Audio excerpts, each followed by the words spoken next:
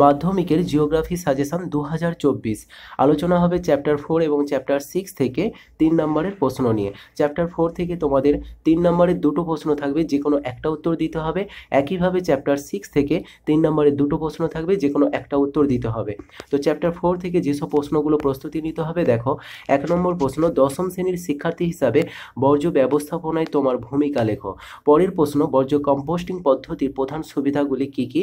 পরের প্রশ্ন থাকছে বর্জ্য ব্যবস্থাপনার বিভিন্ন পদ্ধতিগুলি লেখো।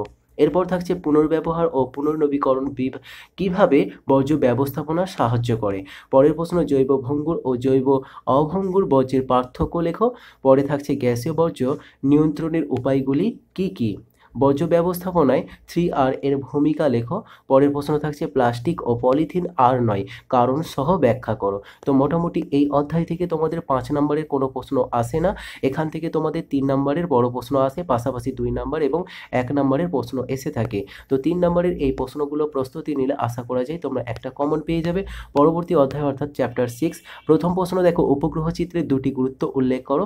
এরপর থাকছে ভূ বৈচিত্র্য সূচক মানচিত্র ও উপগ্রহ চিত্রের পার্থক্য কি কি। পরে থাকছে উপগ্রহ চিত্রের প্রধান 3টি বৈশিষ্ট্য উল্লেখ করো। এরপর থাকছে জিওস্টেশনারি ও সিনক্রোনাস উপগ্রহের মধ্যে পার্থক্য লেখো। ক্ষুদ্র স্কেল মানচিত্র ও বৃহৎ স্কেলের মানচিত্রের পার্থক্য কি।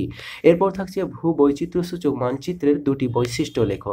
তো এই হচ্ছে তোমাদের চ্যাপ্টার 6 থেকে 3 নম্বরের মোস্ট ইম্পর্টেন্ট কোশ্চেন। এই কোশ্চেনগুলোকে তোমরা অবশ্যই প্রস্তুতি নেবে। এর পাশাপাশি তোমরা 5 নম্বরের বড় প্রশ্নের সাজেশন অবশ্যই দেখে নেবে, ভিডিও ডেসক্রিপশনে তোমরা লিঙ্ক পেয়ে যাবে।